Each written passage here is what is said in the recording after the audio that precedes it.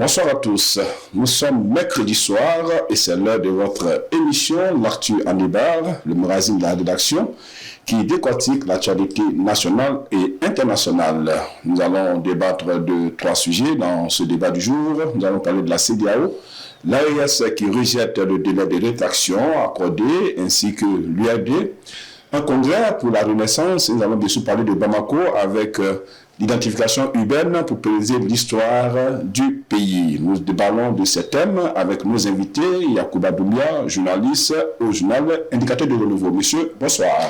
Bonsoir. Idrissa Keita, journaliste constituant. Monsieur, bonsoir. Bonsoir. Merci d'avoir accepté une fois de plus l'invitation de la télévision TM1. Dans une déclaration le 22 décembre 2024 par le président en exercice de la Confédération des États du Sahel, AES, le général d'armée Assimi Goïta ainsi que le collège des chefs d'État a vivement dénoncé la décision unilatérale de la CEDEAO de prolonger de 6 mois le retrait définitif du Burkina, du Mali et du Niger de cette institution sous-régionale, considérant selon eux que cette initiative comme une tentative d'entraver la dynamique d'émancipation. Doumbia, qu'est-ce que vous pensez de cette décision des États du Sahel par rapport à la décision de la CEDEAO? Merci beaucoup, Paul. Je salue les téléspectateurs. L'autre jour, nous avons un communiqué du collègue des chefs d'État de l'AES. Dans ce communiqué, il y a d'abord des accusations. Ils pointent du doigt à la France de mener des manœuvres en complicité avec certains chefs d'État de la CEDEAO pour déstabiliser les États de l'AES. Il y a également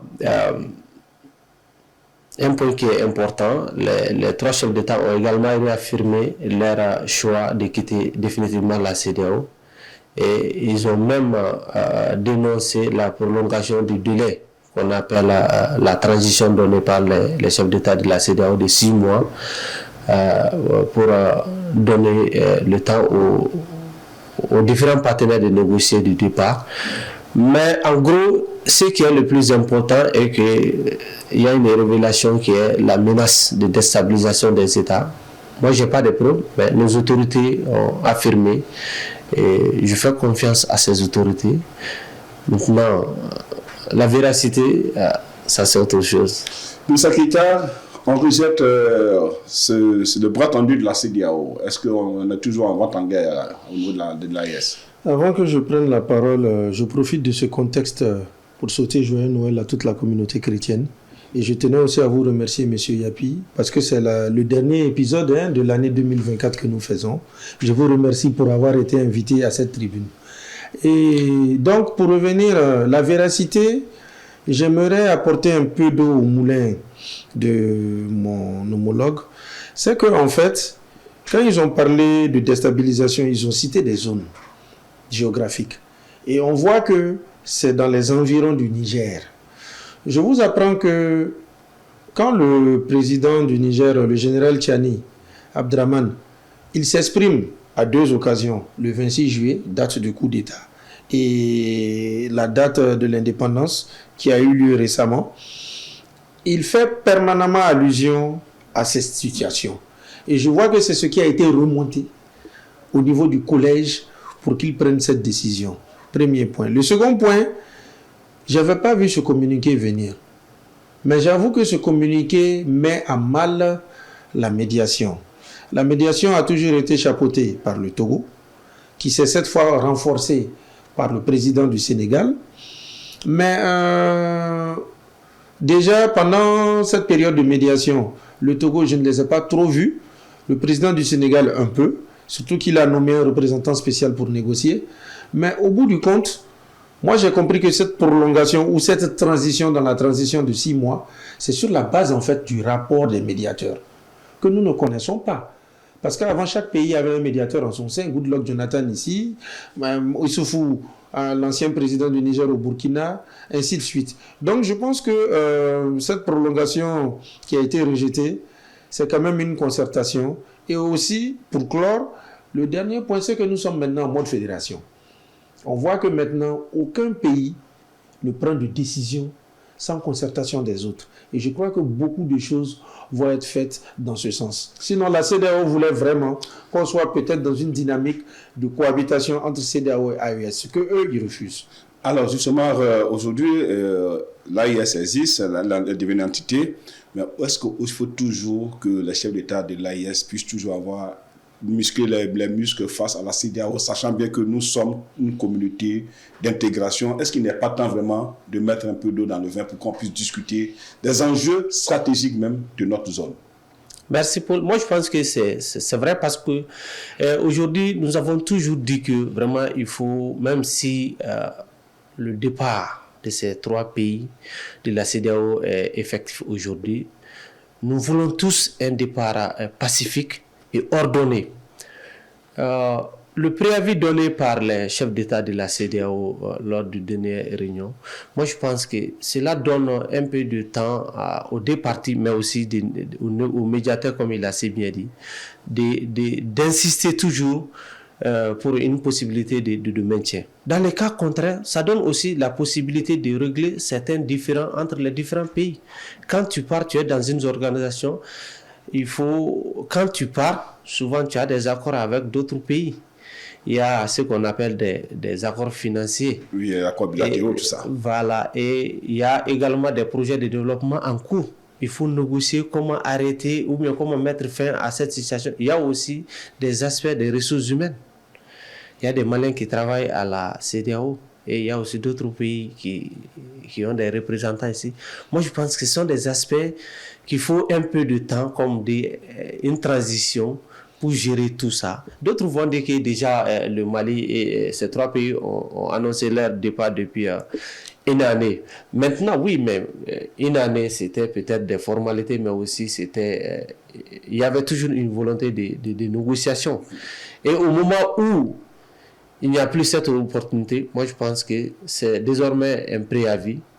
Et durant cette période de transition, il y aura peut-être ces aspects, comme j'ai si bien dit.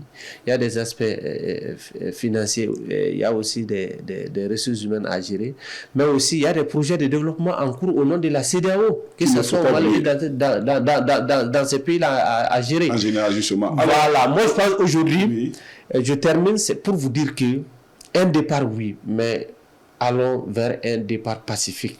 Quels que soient les problèmes, quelles que soient les difficultés entre les différents chefs d'État aujourd'hui, entre les différents régimes aujourd'hui, les peuples sont obligés de vivre ensemble. Le Mali, la Côte d'Ivoire, le Sénégal, le Mali étant un pays continental par exemple, on est obligé de toujours vivre avec les autres, justement. Les 3 pays de l'AES, on est obligé de vivre avec nos voisins. Justement. Voilà. Alors aujourd'hui, Idrissa Keïta, je pense que quand on regarde un peu l'évolution de la situation de la CEDEAO, c'est vrai, au début, tout le monde a critiqué la CEDEAO, mais quand on voit que les chefs d'État même sont en train de repousser la sortie des États de l'AES, des institutions, quelque part, on se dit qu'il y a une prise de conscience et ils veulent que ces gens reviennent à la table pour qu'on puisse discuter des problèmes. Puisqu'aujourd'hui, je pense qu'avec notre concept d'aujourd'hui, mieux vaut qu'on soit unis qu'on soit désunis. Est-ce que l'AES, est-ce que ce message des chefs d'État arrive à comprendre? Parce que quelque part, les biceps ne peuvent pas tout résoudre. Hein. Vous savez, cette histoire, c'est un paradoxe. Parce que d'abord, d'une part, soyons francs, les transitions souveraines, comme on le dit, ne veulent pas être exposées au protocole additionnel de la CEDEAO. Tout va de là. C'est dans ce texte-là où on dit non à une militarisation des pouvoirs, oui au vote, oui au suffrage. Donc ces transitions savent que si elles ont une connexion quelconque avec la CEDEAO, ce sujet va revenir sur la table. Ah, il faut que vous fassiez tel délai, il faut que vous fassiez ça. C'est à cause de ça qu'ils ne veulent rien de la CEDEAO. Un. De deux, on le sait, on ne peut pas être isolé. Mais vous savez, cette transition, l'AES essaie de faire percevoir une chose qu'en tant qu'intellectuel, nous, on ne conçoit pas. Ou peut-être à chaud, on peut le concevoir, mais quand on va réentrer dans une rupture, il y aurait des incidences. C'est quoi? Pour l'AES, en fait, elle se retire d'une entité politique, mais l'entité continue sa collaboration avec les membres. Un peu comme nous trois, nous constitutions la dernière émission de l'année 2024 de l'Actu Débat. Mais si je me retire, Je peux collaborer avec Yakou dans un autre cadre. Je peux collaborer avec Yapi dans un autre cadre. Mais l'émission va toujours continuer.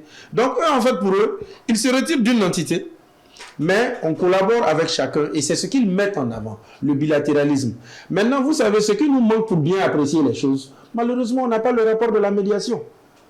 Si on a le rapport de la médiation tout de suite, on pourrait avoir les tenants et les aboutissants. D'accord, justement, pour refermer ce sujet, aujourd'hui, on a vu le dernier sommet, les chefs d'État se sont réunis, l'AES, tant bien que mal, c'est une institution, elle existe, mais n'a pas encore d'institution en tant que telle, parce qu'il n'y a même pas encore de sièges, de configuration.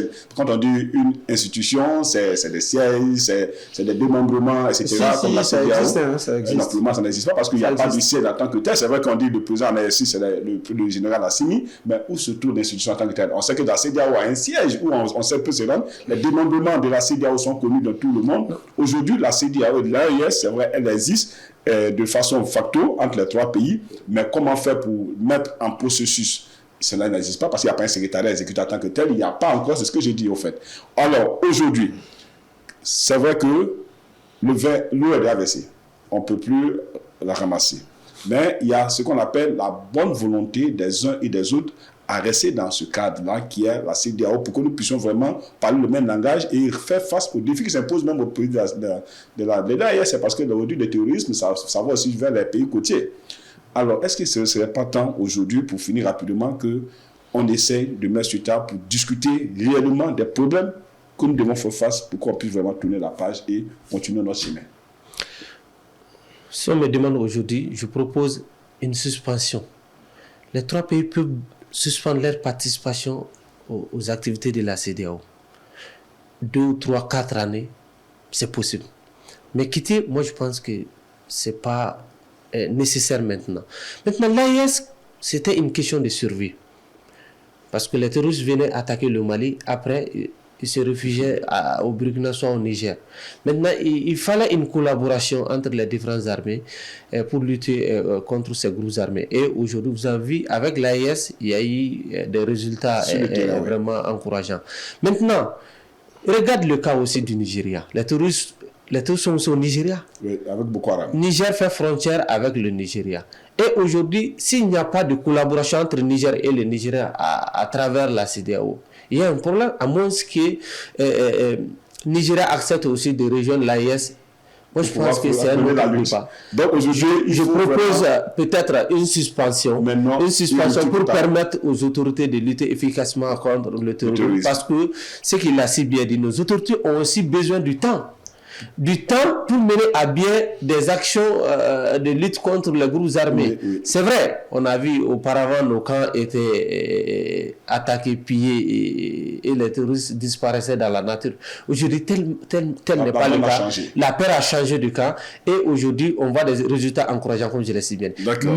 Mais toujours, c'est vrai. Ça, c'est le domaine militaire. Maintenant, quand on regarde les civils, les citoyens, moi, je pense qu'on a besoin... Je vous fais un petit rappel. Quand il y a eu les sanctions de la CEDEAO... rapidement. Quand il y a eu les sanctions de la CEDEAO, la Guinée, État membre de la CEDEAO, a accepté d'ouvrir ses portes aux Maliens. Moi, je pense que ce sont des exemples comme ça. Quel que soit notre départ, on a besoin de collaborer avec nos frères. Moi, tout ce que je voulais dire pour clore, l'AES a des entités. Il y a le collège qui est tournant, un an, que le Mali occupe, qui a donc son siège de fait à Bamako. Ensuite, il y a le conseil ministériel qui, lui, se tient régulièrement, beaucoup plus à Niamey. Et enfin, il y a la commission interparlementaire qui, elle, est basée au Burkina. Et d'ailleurs, le président Malik Diao du CNT du Mali était là-bas il y a 3 mois, 4 mois, pour justement peaufiner cette chose. Ils attendent juste les représentants du Niger qui, jusqu'à présent, n'a pas mis en place un organe législatif. Enfin aussi, il faut ajouter une chose. Cette histoire d'AES-là, qu'est-ce qui embarrasse?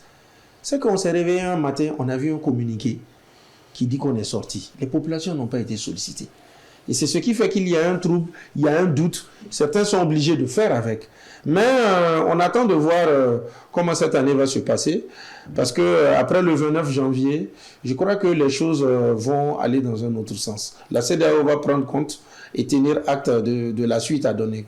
Surtout qu'on parle d'élection au Mali. Alors, nous allons partir sur le thème 2, sur le processus, pour voir ce que cela va donner.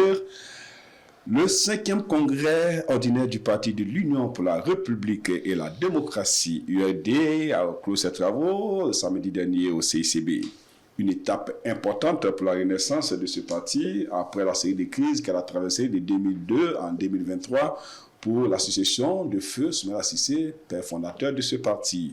Alors, aujourd'hui, on voit que quand on regarde après tout ce qu'on sait au niveau de la classe politique, suspension des activités politiques, là, ça a été levé, les partis politiques sont carrément silencieux, mais l'URD, on voit qu'elle tient tête parce qu'en moins d'un mois, elle a fait une conférence nationale et un congrès. Est-ce que ce n'est pas un signe annonciateur que les politiques sont en train de vraiment se prendre conscience qu'il faut pour reprendre le terrain?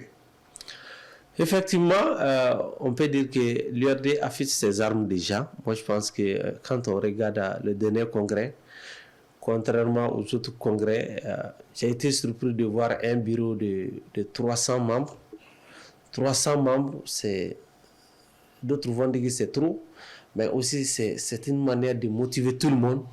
La présence de tout le monde au sein des bureaux, de tous les cadres, ça motive également. Moi, je pense que c'est bien, un bureau de 300 membres présidé par Guagnon. Guagnon, qu'on connaît, quelqu'un qui maîtrise bien son domaine, quelqu'un qui est humble, quelqu'un qui écoute vraiment les gens. Et aujourd'hui, il a des cadres compétents comme l'ancien Premier ministre, Dr Boubou Cissé, qui n'est pas au Mali. Il y a également Igor Diarra qui est là, des poids lourds comme ça, dont Racine Cham. C'est pour vous dire qu'aujourd'hui, l'URD, contrairement aux autres, l'URD est en train de se préparer, est en train de se planifier pour conquérir Koulouba. Parce que ce que vous ne savez pas, avant le départ de Boubou Diarra à l'exil, Abou Cissé autant pour moi. C'est Igor Diarra. Voilà, effectivement. Merci beaucoup. On avait parlé des élections. Et l'ancien Premier ministre Boubou Cissé avait commencé à sillonner pratiquement toutes les régions du Mali. Et je faisais partie de cette délégation. On a fait mon petit cahier et autres là. Moi, je pense que c'était aussi d'aller voir la base, écouter tout le monde, voir ce qu'on peut faire pour mobiliser les uns et les autres. Mais il y a eu à un moment donné... donc la fin du processus. L'URD... On peut dire que ce congrès, c'est le congrès de la Renaissance. Non. C'est plutôt le congrès de la mise à jour. Ou comme vous l'avez constaté, sur un mois, même pas 3 semaines, il y a eu la conférence nationale et le congrès. Ce n'est pas fortuit. Depuis 2020, il aurait dû avoir la conférence. Mais il y a eu les législatives. Après les législatives, on voulait organiser ça. Il y a eu l'enlèvement du père fondateur, Soumaïla Cissé. Et quand Soumaïla Cissé a été libéré, on comptait l'organiser, il y a eu son décès. Son décès qui a conduit plus tard à cette divergence où est né l'EDR, où se retrouve l'épouse de Soumaïla Cissé, son ami de toujours qui était au gouvernement Ikassa, et j'en passe. Et Maître Demba, son fils naturel. Donc en fait, ce sont autant de faits qui ont fait que finalement ces instances que vous voyez se tiennent en fin 2024 en fait. Ça c'est d'un. De deux, je retiens aussi qu'il était temps que le parti fasse une clarification. Quand bien même qu'il y a 2 tendances, mais jusqu'à présent... Il n'y a plus de tendances. Il n'y a plus de date dans l'idée déjà, c'est parti. Non, en fait, dans la tête du Malien... Non, il n'y a plus de tendance. Nous partons sur le fait que l'IDR est un parti politique. Je parle par rapport au fait que j'échange avec les populations. Non, je parle... Parfois... on peut revenir là-dessus. Il n'y a pas de tendance. Il y a fini ça. C'est fini, c'est l'URD. Il n'y a plus de tendance. Ce que j'essaie de vous dire... Tu peux peut-être dire les dissidents, je suis d'accord, mais... Non, ce que j'essaie de vous dire, il y a des Maliens où quand tu cites les noms des gens de l'EDR, ils pensent que ces gens-là sont encore à l'URD. C'est encore... Mais c'est... dans le code de débat. Non, je viens. J'ai été cassé dans mon élan. Non, je ne suis pas sorti. Je veux simplement dire que avant ce congrès, les gens pensaient que tout le monde était encore toujours à l'URD. Maintenant, le congrès permet de savoir formellement qui est là. Tu as parlé de 300 personnes. Maintenant, tout le monde sait ça, c'est clair. Et les gens ont une idée des noms. Donc on sait que l'autre là, c'est un cas à part, c'est une autre tendance. Famille Soumaïla Cissé. Point barre, c'est ce que je voulais dire. Maintenant, moi j'ai été tiqué sur une chose.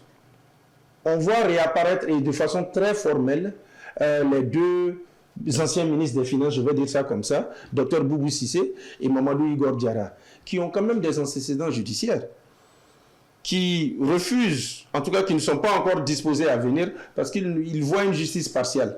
Mais néanmoins, le parti, en les inscrivant, affiche sa solidarité et quelque part peut-être peaufine ses armes. Mais tant qu'il n'y a pas une levée de ces mandats, on ne saurait... Ça a été abandonné, la poursuite a été abandonnée. Non, les poursuites ne sont pas abandonnées. S'il y a abandon des poursuites, il sera là. Ce que je voulais simplement dire... On va revenir dans le débat. Non, je suis dans le débat. Ce que je voulais dire, c'est que l'URD soutient toujours la transition. J'ai la police du débat, on va revenir tranquillement pour qu'on puisse continuer. Justement, c'est pas venu faire des policies de Hugo Diarra, non. Le débat aujourd'hui, revenons sur notre point. Aujourd'hui, l'URD est le parti qui est aujourd'hui en vogue sur le terrain. Est-ce que l'URD n'est pas en train de lancer un message à l'endroit des autres formations politiques pour qu'ils puissent récupérer le terrain? C'est clair. Au lieu de rester bras croisés, critiquer les militaires, faire toujours des communiqués, demander à ceux que le retour de l'ordre constitutionnel soit une réalité.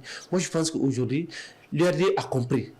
L'URD a compris. Après l'URD, bon, si vous me permettez de citer un autre parti comme Yelema aujourd'hui qui sont actifs sur le terrain, moi je pense que c'est de bonne guerre. Aujourd'hui, il ne faut jamais baisser les bras. À tout moment, il peut y avoir des élections.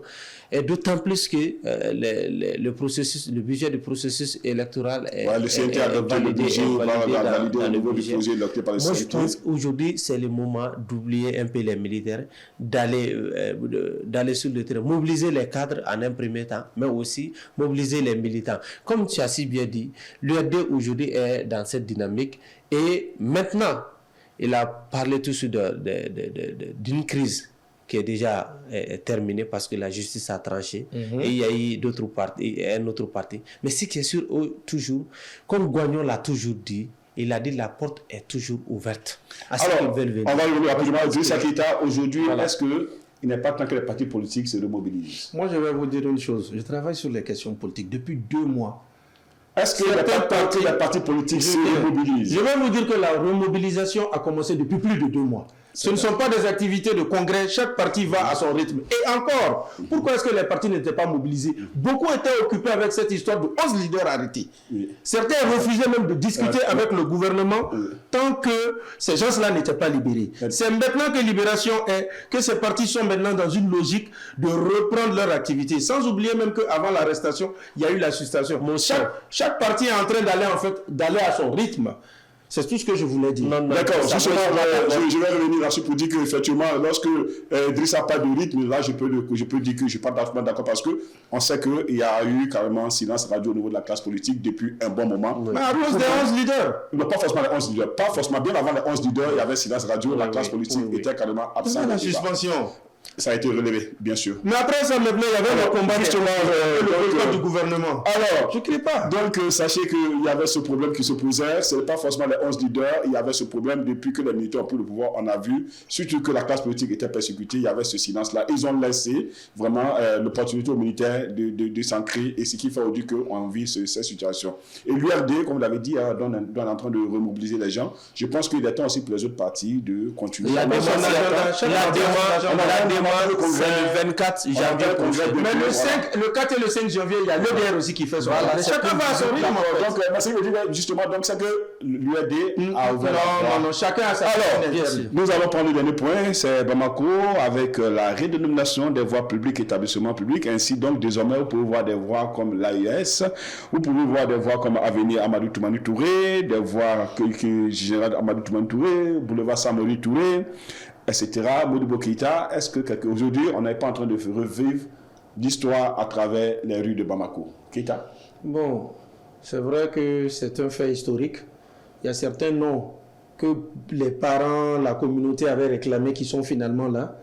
Mais moi, en fait, je déplore une chose. Il n'y a pas le nom d'une seule femme. Sachant le combat que la jeune féminine a fait, c'est vrai que la première en vue, c'était Awa Keïta, on a le centre Awa Keïta. Mais il y a autant de femmes qui ont mené le combat en 66 ans d'indépendance, 64 ans d'indépendance, aucune femme n'a été mise. Et là, j'ose croire que c'est un oubli de la commission qui a à sa tête le ministère de la Culture qui va rattraper le tir. Ça, c'est d'un. De deux, cette initiative est une initiative qu'on peut imputer à la sous-région, notamment à l'AES. Le Burkina l'a fait, ça a fait le grand buzz quand le grand boulevard central a été dénommé boulevard Thomas Sankara. Le Niger aussi l'a fait. Donc en fait, c'est une logique des choses. C'est pour mettre en avant, comme on le dit, la souveraineté nationale retrouvée. Donc, on rattrape l'histoire, on met à jour certaines figures qui vraiment méritaient. Maintenant, pour clore et chuter, je déplore une chose, c'est que quelque part, je vois que certaines victimes et leurs bourreaux se trouvent ensemble. Quand je pense que, par exemple, il y a une rue des martyrs, un monument des martyrs, et je vois le nom du général Moussa Traoré, en fait, chacun a joué un rôle, chacun doit être là, mais tel qu'on a organisé l'ossature, à voir de près, il y a des frustrations. Des frustrations. Donc il y a justement les rues qui portent le nom de nos héros. Est-ce qu'on n'a pas en train de réécrire l'histoire à travers la voirie? Effectivement, parce que quand on regarde dans le cadre de rupture avec les colonisateurs, moi, je pense que, comme il a si bien dit, ça a commencé au Niger, après le Niger, le Burkina et le Mali maintenant. Mais ce que je déplore aujourd'hui, c'est vraiment l'absence des leaders ou bien les acteurs clés de la démocratie au Mali. À commencer par les différents présidents, par exemple, Alpha Omar Konaré ne figure pas, Djongunda n'est pas là-dedans. Il y a également d'autres figures, comme Moutakatal, des personnalités qui se sont battues. On marqué l'histoire du pays avec la démocratie. Justement, comme on a dit, ça qui a dit que sûrement c'est dû à l'obus de la commission, j'espère qu'ils vont se ressaisir. Bon, Monsieur, Dame, le temps qui nous est donné tire à sa fin. Nous allons refermer notre débat ici. On aura le temps de revenir sur ce sujet qui est d'intérêt très pointu et très intéressant. Alors, messieurs, dames, merci bien de nous avoir suivis. Nos invités étaient Yacouba Doumbia, journaliste et indicateur de Renouveau, Idrissa Keita, journaliste consultant. Merci de nous avoir suivis. D'ici là, portez-vous bien. Bonne fête de nativité à tous les chrétiens du Mali et du monde entier. Quant à moi, je vous dis au revoir, portez-vous bien et que Dieu bénisse le Mali.